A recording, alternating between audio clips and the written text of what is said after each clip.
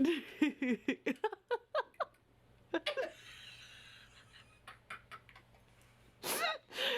I'm gonna be honest. I did record that.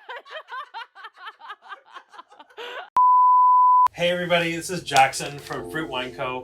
We are here with Jess Buttermore from Cedar House Living, and she has graciously decided to not only make salt for the release that you're going to be getting in your box, but also just to talk about herbs with me and spend some time tasting wine and talking about this release. This release is called Herb Appeal. I really wanted to sink into wines that had pronounced and profound herbal notes. And we're going to taste wines that not only have been steeped with herbs, but wines that very much scream loudly of a specific herbal note or many herbal notes. So we're going to get into it. The first wine we're tasting is a wine from Austria. This is called Thyme Blanc, and this is made by a winery called Meinklang. Family winery, gorgeous biodynamic farm where everything is done in according with the rhythms of nature, and they farm regeneratively, really healthy soil. And this is a wine, this Thyme Blanc, that is actually steeped with fresh wild thyme that grows right around their vineyards.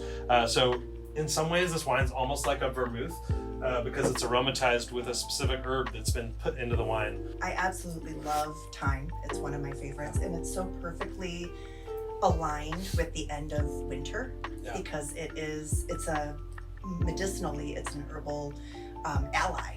And so it's been used since the 1600s for colds and congestion and respiratory infections. And so to know that the properties from the thyme are in this wine, giving it out here in March is perfection. That's cool. I didn't even know that. You know, usually white wines fall off after a day or maybe 2 or 3 days open. This one just turned into something completely different. If you don't like oxidative notes, if you don't like a little bit of nuttiness, you probably won't like it, but it would be a cool one to take a sip, let hang for a little while in your fridge, and then open a few days later and see how it transforms. That's really cool. And then this next one we're gonna do is a wine from Crete. It's from Greece, specifically from the island of Crete, made by the Lyrarakis family. And this grape is called Dafni. 2022 Lyrarakis Dafni, and Dafni is the name for this grape variety. Almost went extinct. The Lyrarakis family was able to actually resurrect this particular grape in their vineyards and replant it and propagate it, and now we have this wine that is named for the local bay leaf that grows on Crete. This is like big, intense bay herbal resinous. It has like a red wine bouquet because it has that like savoriness to it. It's great. Yeah. It's great. And again, it's another one that pairs so well with the finishing salt, with anything Herb de Provence. It, is any time that you're going to use bay, when, whether you're steeping it or cooking it in a broth. So citrusy too. A lot of like fresh lemon and lime and like a little Mediterranean blood orange come off of this wine, and the bay, of course, is like the overriding herbal quality coming off of it. But very cool. Jess, do you want to talk about Cedar House Living a little bit? Tell me what it is. What do you do? Because we have your amazing Instagram feed that we love to follow. Follow Jess on Instagram. It's incredible, gorgeous photography. But yeah, tell me a little bit about it. I started out as a photographer, and so photography is one of the very important parts of my business. But over the course of the last 5 years, it's really moved from that more into botanical art and botanical education, and really trying to inspire people to incorporate herbs and flowers into their everyday life. This next wine is made by our friend John Ross, who left a very prominent sommelier position with his then partner, now wife, Jane Lopes, and they actually moved to Australia. John started working in restaurant and wine, but he also started a side project making wine, and now they are both importers who bring in wine from lots of really cool producers in Australia. They live back in the US now, and John, I think this might be his swan song wine, might be one of the last wines he personally makes, but this is 2022 Vine Vale Sanso from John Ross's project called Micro Wines. There is this sort of underlying sweetness. It's a little basil to me. It's a little tarragon to me. I don't know where it takes you, Jess, but I think this wine's really cool. Definitely a paler color, but not a light wine. It's light in color, but hits with some substantial weight on the palate. Yeah, I think you had mentioned basil. Is that what you were? I could see that mostly for that crispness, that brightness. And I can see that with this wine. Yeah.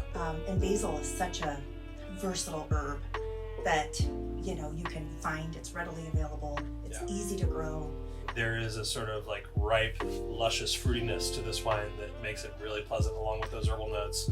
You could slap a chill on this, put it in the fridge for an hour, drink it with pesto, drink it with, you know, pork, chicken, roasted carrots, dishes that have maybe a lightly roasty, sweet component to them, I think would be really cool with this. Yeah. Okay, this next wine is a classic. This is Cabernet Franc from the Loire Valley in France, from the region of Saumur. It's made by Arnaud Lambert. This is Clos Mazurique, and this is 2021 vintage. We actually had a Cabernet Franc Thunderdome. I basically asked all my distributors to bring me their best Cabernet Franc, bring their best warrior to the fight, and this is the one that just far and away kind of blew our minds the most and felt the most pure, beautiful, transparent of all the Cabernet Francs we tasted. There was a lot of good Cabernet Francs. There were some that were more expensive than this, that didn't quite win. This was the best one. The place that makes the most convincing and beautiful Cabernet Francs is the Loire Valley in France, and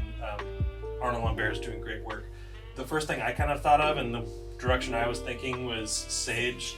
I also think this wine has like a tomato and blackberry leaf thing that like feels like a leafy herbal thing. A lot of like turned topsoil and red currants and blackberries and red raspberries, and then sage. Sage is one of my favorite herbs in general. Yeah. It's obviously very versatile, but the scent, the flavor, you know, being able, it's such an easy herb to incorporate into almost any dish. This wine knows exactly who it is. It is just such a great expression of the Cabernet Franc grape, and I think everyone's going to love this one. So we're going to stay in France here. We're going to go further south to warmer, sunnier climates. Yeah, take your time. Jess. I'm not dumping it. It's all good. In the meantime, Wendy, do you want to smell this? What do you think? Okay. This is Côte de Rhône, and Côte de Rhône is a huge category of wine. There are lots of Côte de Rhônes made. Some of them are $7 a bottle. Some of them are $100 a bottle. It's kind of a catch-all for red blends and some white blends from the southern Rhone Valley and some from the northern Rhone. But when we think about Côte de Rhône, most of the time we're talking about a grape variety blend that is based on Grenache, a little Syrah, a little Mourvèdre, and that's the case here. This is actually made for Kermit Lynch, one of the most legendary American wine importers, and this is their Côte de Rhône Village. So it's a slightly higher grade of quality than Côte de Rhône.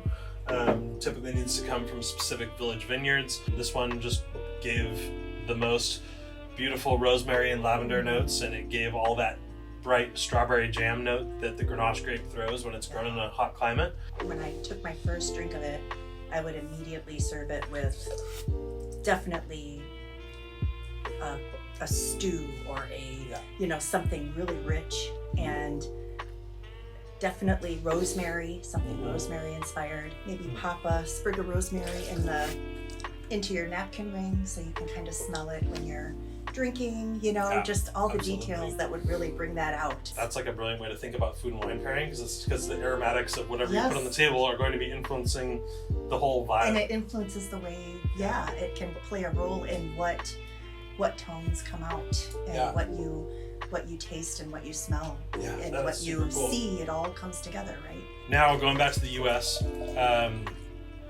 and this is a wine that, like the Thistledown, the last release, this was kind of we call it an anchor wine. It's a wine we spend a little bit more on to make the box really feel like it's worth it, to have something exceptional and beautiful that with a great amount of age or a great amount of impressive bigness and fruit in it, made by someone who's a true craftsperson and incredible at what they do. So this is 2018 Alaric Cabernet Sauvignon. This comes from Sonoma Mountain, or Russian River Valley rather. And this is made by Laura Brennan Bissel, who's one of my favorite winemakers. A winemaker who has gotten a lot of compliments from other winemakers. In fact, we have a few winemakers who subscribe to our boxes, and the last time I sent one of Laura's wines, I got texts from them saying, oh my gosh, this is like so pure and so good, and the person making this knows exactly what they're doing. There's a thing with Cabernet these days, is some producers ripen their Cabernet until all the green character is gone, but realistically and truly, Cabernet should have some green character, and this wine has that gorgeous fresh mint, that spearmint and peppermint, in the background of all this beautiful fruit that's happening. And this is a very complete wine. It's textured, it's rich, the tannins are complete, the acid is beautiful and elevated to match all that rich fruit. This is what like old school California Cabernet tastes like, and this is what it takes to age Cabernet for, in this case, it's an 18, so we got a 6-year-old red that we're putting in, which is great. It's at the right spot right now. This wine could go longer. Jess, you have a new book happening. Can you tell us about this?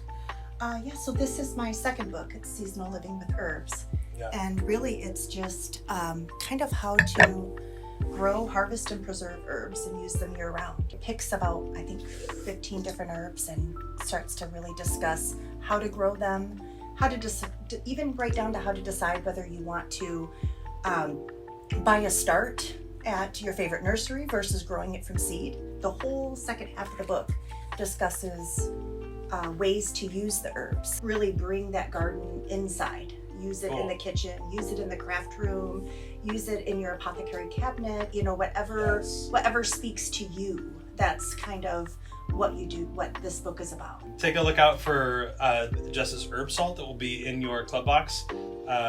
She made it herself and she packed it herself, and this is a lot of love went into this, and we're super grateful to have been able to partner with Jess and Cedar House Living. So thank you, Jess, for your time. Always grateful. Thanks for tasting these wines with us. Cheers, everybody. Enjoy the Herb Appeal release. We've really been hard working trying to find the best wines possible, and we're excited for you to enjoy them too. So, cheers.